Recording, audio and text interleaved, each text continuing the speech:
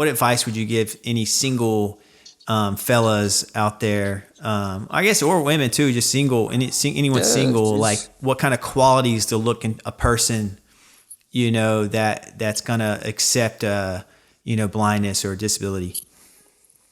I don't think it's something you look for. I think it's what you do is you just date, go out, meet people. I know being blind or visually impaired is a hard thing to be social, but it's we're very lucky that I think it'd be harder to be social when you're deaf. So we have ears, we can communicate. We're actually pretty good at being social. So get out, be social, meet people.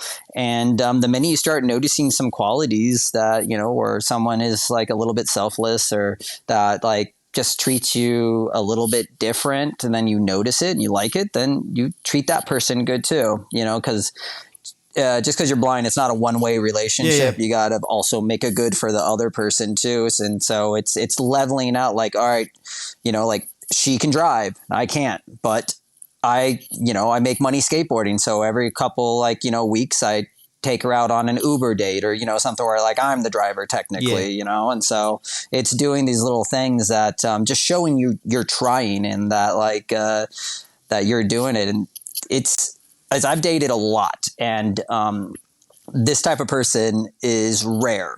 So I know a lot of people expect their loved ones or their partners to do more for them, but some people just don't want to do that, and it's fine. It's nothing wrong with that, but just not everybody's to be not every sighted person is meant to be in the blind world. It's a different type of person that can deal with it, because it's hard for the sighted to deal with us, Yeah, I think that's great advice. What you're saying is basically be yourself, get out there and date, and you'll know when you're around the right person.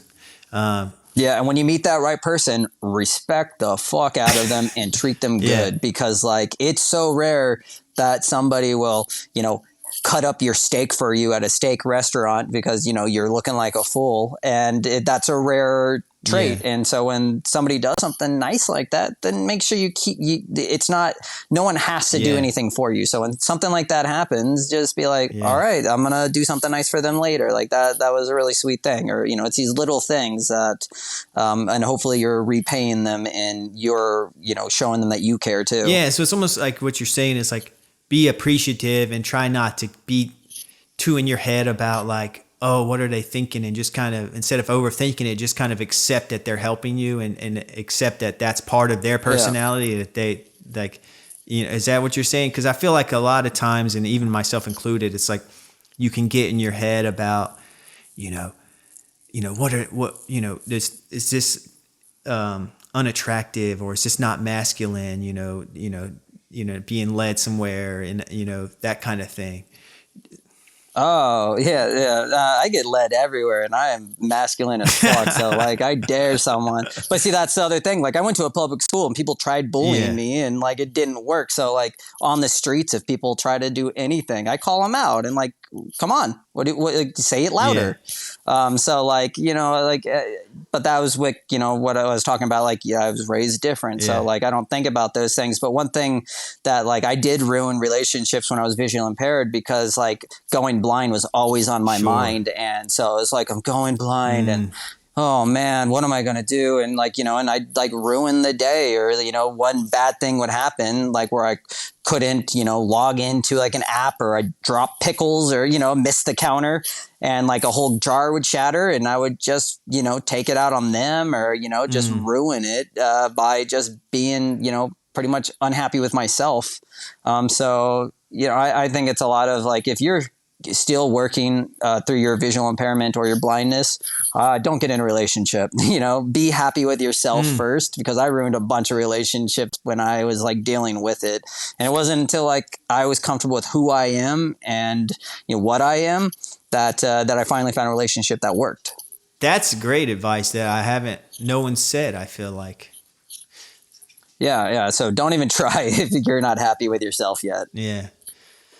Yeah, that's interesting for me, because it's I have, the significant vision for, RP, one my age. So it's I'm married, so what I'm gonna have to experience that more as time goes on, you know. Yeah. But yeah, it's good to hear you say that because that's the whole point of me having this podcast is to learn from others. So it's like to hear that advice.